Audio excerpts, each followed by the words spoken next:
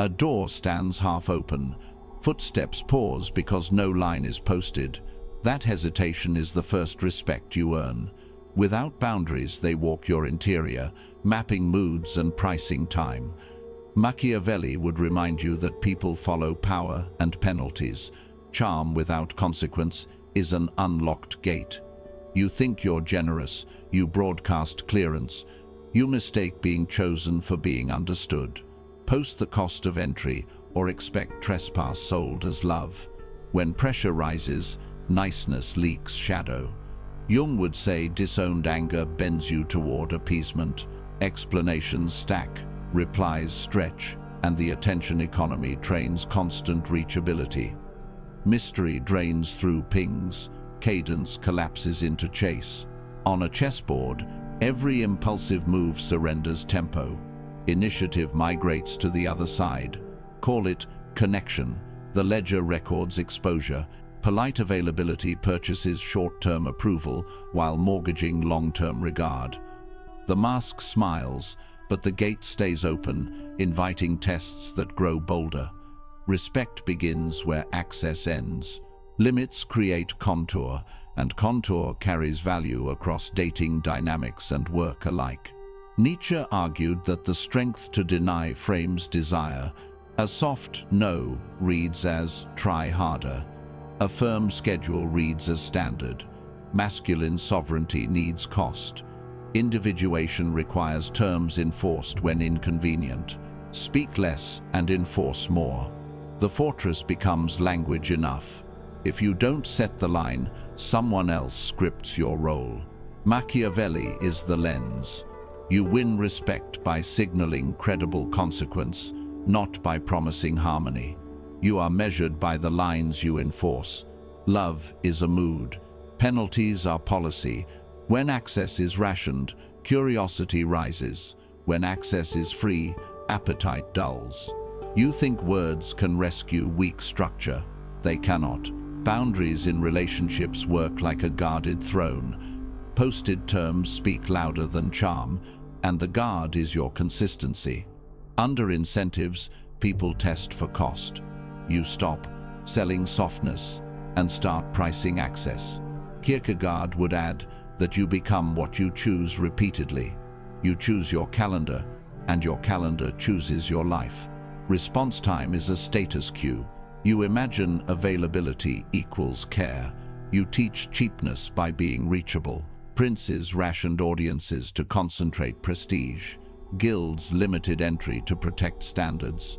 Roman legions enforced camp rules, so order survived victory. Do the same. Mission first, talk. Scarcity creates selection, and accepted friction becomes your filter.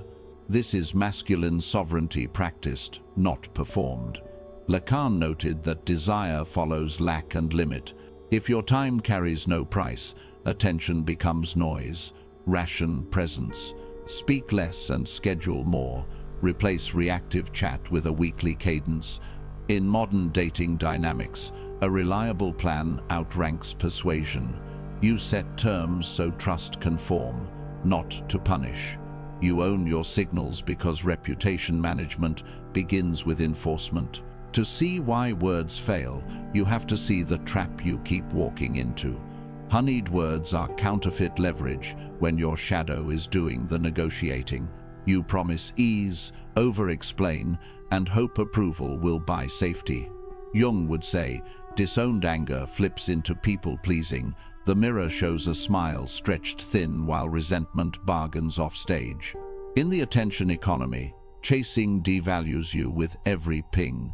You think clarity is kindness. You flood the channel until mystery evaporates. You mistake being chosen for being respected. Tests multiply because talk advertises flexibility. The mask sells warmth while your schedule sells nothing. You teach that access is cheap, and cheap things invite handling. Nietzsche would warn that a yes without a no is a weakness in costume. You rehearse speeches, and the test becomes the script. Long texts read like bargaining, marathon calls telegraph need. In modern dating dynamics, debate signals insecurity, while calibrated distance reads as center. The chess fork is simple. Appease and lose respect, refuse and risk loss. Choose refusal when terms are lopsided. You do not control attraction, but you control your standard. Individuation requires the courage to let silence stand as answer and to maintain boundaries without apology, under pressure and time. Machiavelli cared less for vows than for enforcement. Promises without consequence invite boldness from some people under certain incentives. Flatterers at court collapsed when patronage thinned. Commanders who begged for loyalty lost troops. Merchants who extended credit without terms bred default. Reputation management begins with predictable rewards and penalties. Speak less, shorten response windows, move plans to the calendar. This is masculine sovereignty strategy, not sin. Responsibility, not blame. You stop arguing and start pricing access. Leverage beats love when choices conflict. If you're trapped, it's because you volunteered for the role. You signed more than you said. The page looked blank, yet your behavior filled every clause. Jung would say, anima fantasies push you to overinvest in harmony. You apologize first, text twice, and rehearse speeches that soothe no one. In dating dynamics, the mask smiles while your boundaries dissolve. You teach pace by giving more after every delay. You mistake being chosen for being understood. Apprentices who wanted titles before trials did the same, and courtiers bought crumbs with silence. Kierkegaard would note that what you choose under dread still binds. You chose open hours. You chose maybe later. You chose to let ghosting pass because you oversupplied attention and feared the bill. Situationships flourish where terms are none. The attention economy rewards whoever refuses to price his time. At work, just this once, welcomed scope creep. At home, clarifications replaced standards.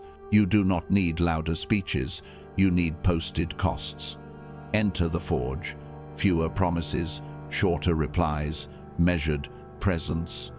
Machiavelli cared about credit that exists in public, not intent whispered in private. A contract without penalties is a rumor. Knights who yielded ground to avoid offense lost the field. Merchants who extended credit without terms bred default. You trained some people to read your softness as a budget. Reputation management begins when the clause is enforced. Speak less, calendar more, and let consequence carry meaning. Set terms in plain language and keep them when it costs you time, comfort, or attention.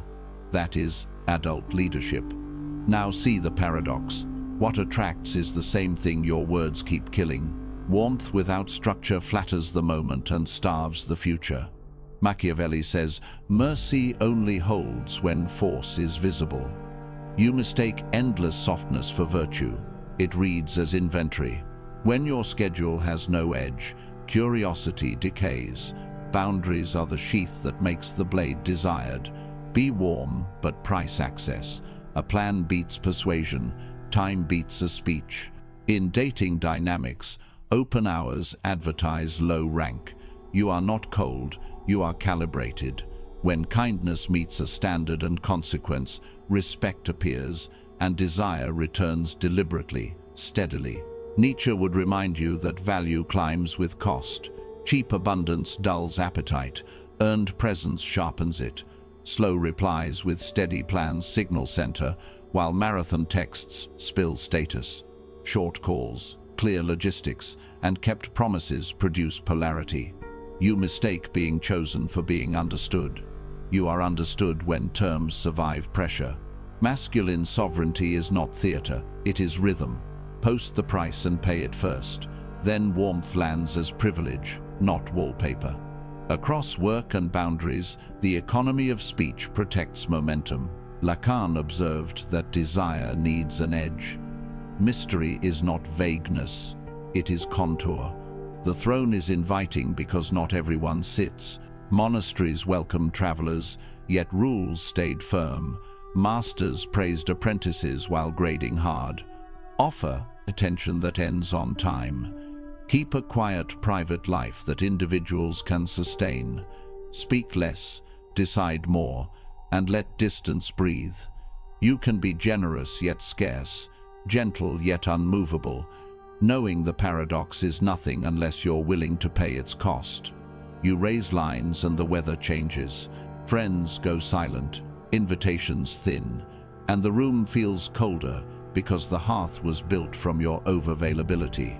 Nietzsche would say, becoming requires leaving the old herd. You stop performing warmth on demand, and some people read your distance as contempt. They miss the version of you that never billed his time. In dating dynamics, the audience shrinks when tickets are no longer free. That contraction is selection, not failure. Hold your stance when the seat's empty. The abyss is only air and height. It cannot push. Jung would argue that integrating shadow feels antisocial at first. You speak less and keep more promises. You resist rescuing, and shame crackles like wind on embers. The mirror shows a steadier spine and a smaller crowd. Individuation requires separating appetite from mission, while guarding scarce focus in the attention economy. You will be called selfish for choosing sleep, for leaving early, for declining vague plans, for prioritizing training over chat. You are not cruel, you are exact. Winter is clarity, wearing cold light. Machiavelli warned that reforms create enemies among those who profited before. Expect sarcasm, bait, and nostalgic pleas for the old you. Reformers were isolated by allies. Officers who ended perks were shunned. Guilds expelled craftsmen before mastery elsewhere. Fewer DMs, algorithm dips, and accusations of arrogance are weather reports, not verdicts. Price access, shorten replies, and keep steady plans. This is masculine sovereignty in practice strategy, not sin, responsibility, not blame. If you can truly stand the weather, you can build the city, forge your week around a center. Jung would call this individuation, ordered living from the core rather than audience weather. Start with the calendar first, chat second. Set office hours for calls and end them on time. Write standards once and honor them daily. Sleep, training, focused work, then social. Boundaries are posted, not discussed. You think flexibility buys goodwill, it buys drift. You mistake being chosen for being respected. Guard scarce focus from the attention economy with simple gates. Time blocks, do not disturb, and planned disclosure. Reputation is not a promise, it is enforcement on schedule. Machiavelli would say, consistency is the guard at the door. Price access with response windows and keep them. Decline vague invitations. Propose a clear alternative or pass cleanly. Practice selection by deselection. Low-effort contacts fall away while reliable ones concentrate. In dating dynamics, a short call and a set time outrank paragraphs. The chess endgame is quiet but decisive. Advance one square, hold the file, repeat, talk less, ship more. Let your calendar speak. Kierkegaard argued that you become what you repeat under pressure. Repeat the chosen self. Keep the mile when tired, the bedtime when tempted, the boundary when mocked. Convert vows into routines so standards survive moods. You think explanation earns quiet respect. Delivery does. Publish your terms once, then live them. When you slip, correct without apology, and continue. Masculine sovereignty grows by keeping appointments with yourself and others. Boundaries without respect for women become mere walls. Integration changes the air itself. See women not as opponents but as selectors. Evolutionary psychology notes that female choice tracks reliability, investment, and believable cost. When your boundaries are visible and calm, selection becomes easy. The unreliable disqualify themselves. You mistake being chosen for being understood. You are understood when your habits forecast safety.